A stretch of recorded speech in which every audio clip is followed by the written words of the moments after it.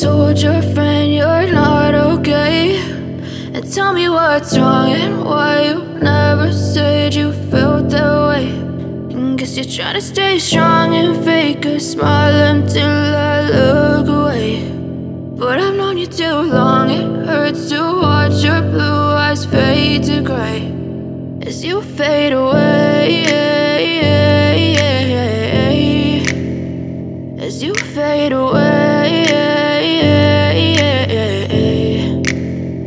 Yeah, I'm about to fade away, 'cause every time I wake up I feel like it's Monday. Something's going wrong with all the chemicals up in my brain. All of a sudden I don't look at anything the same way. Gotta build up of my thoughts sitting in an ashtray. I'm sorry that I'm so inconvenient, okay? Just let me be me and I'll stay out of your way. I can see the way you look at me, I'm such a disgrace. I never really asked to be brought into this place. You wanna love me? Well then baby have a taste. All the highs and the lows, no you'll never be the same. I don't really want... কি বর্ষাকাল তো শুরু হয়ে গেছে, আর বর্ষাকালে রানীকে বলো তো, মানে জলের রানী বলতে পারবে? ইলিশ মাছ।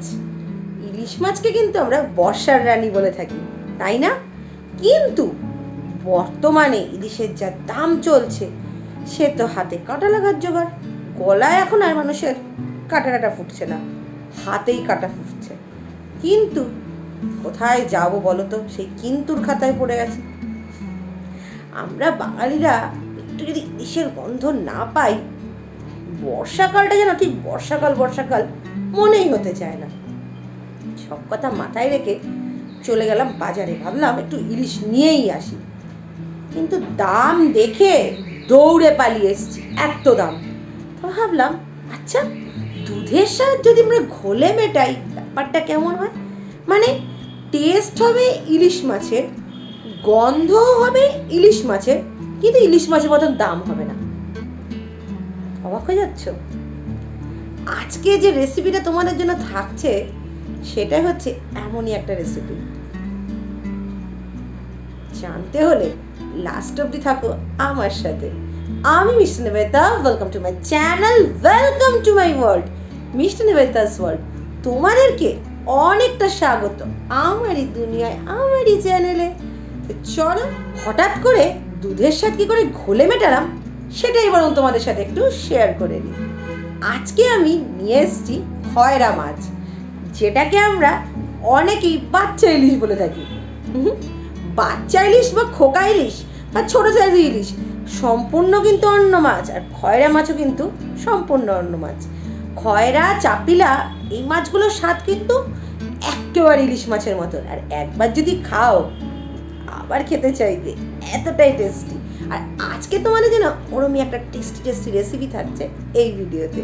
তো চলো কথা কম বলে ঝট করে কিচেনে চলে যাই, রেসিপিটা তোমাদের সাথে তুলে ধরি। চলো একদম কিচেনে গিয়ে তোমার আমার দেখা হচ্ছে।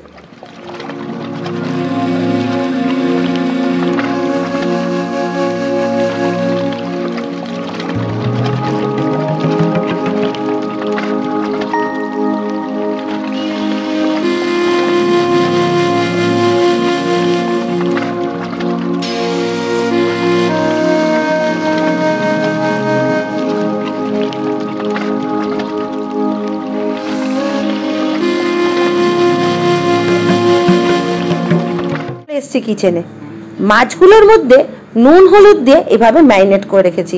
আরো কটা মাছ ছিল, সেগুলো থেকে 2-3টে মাছ আমি আবার ভাজাও করেছি, তবে এই মাছগুলো দিয়ে কিন্তু রান্নাটা করছি।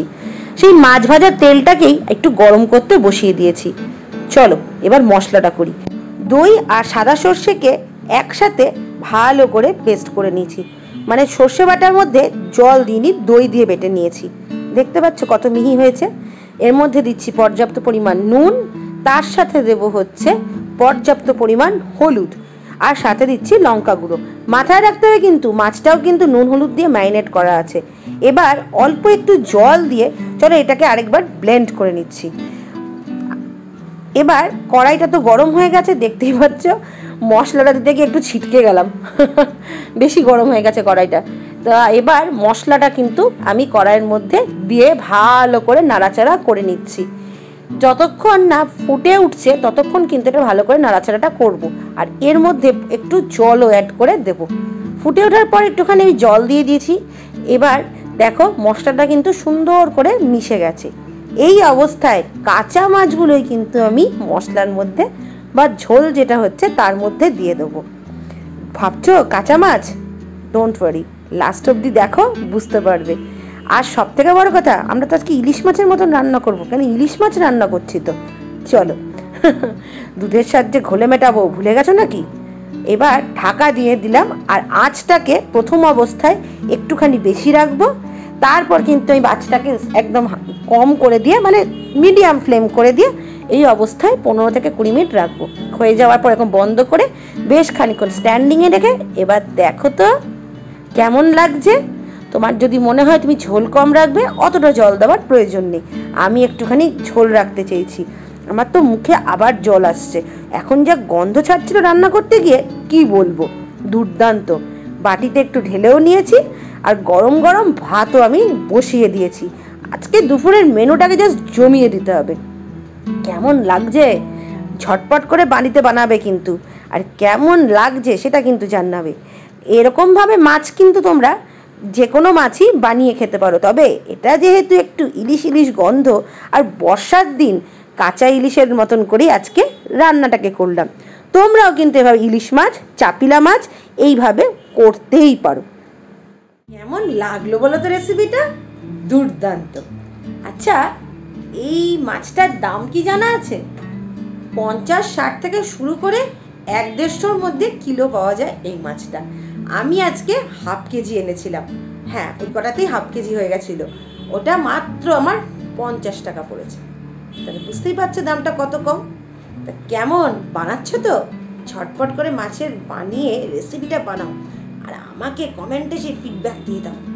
আর ভিডিওটা যদি ভালো লাগে তাহলে লাইক করো, কমেন্ট করো, সাবস্ক্রাইব করে পাশে থাকো, সাথে থাকো। আর বেল আইকনটা কিন্তু অন করতে কখনো ভুলো না। নতুন একটা ভিডিও দিলে সবার আগে যে সেটা তোমার কাছে পৌঁছবে। আর ও হ্যাঁ, শেয়ার করতে ভুলো না, বন্ধুদের মধ্যে, আত্মীয় পরিজনদের মধ্যে, সবার মধ্যে রেসিপিটাকে শেয়ার করে দাও, আর ফিডব্যাক দিয়ে যাও আমাকে। আর দেখা হচ্ছে কবে নতুন ভিডিওর সাথে, তোমার আর আমার। আবার আজকের মতন বাই।